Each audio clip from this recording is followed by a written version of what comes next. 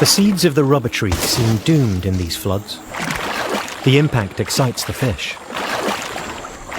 The big fish cracks the seeds with its powerful jaws and teeth.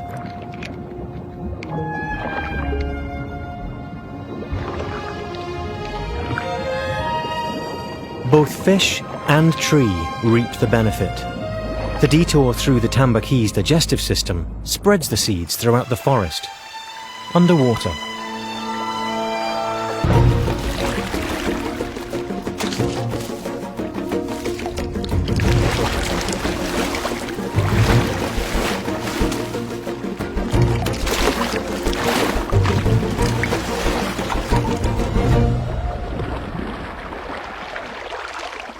With a split-second adjustment, the fish bends in midair and collects the prize.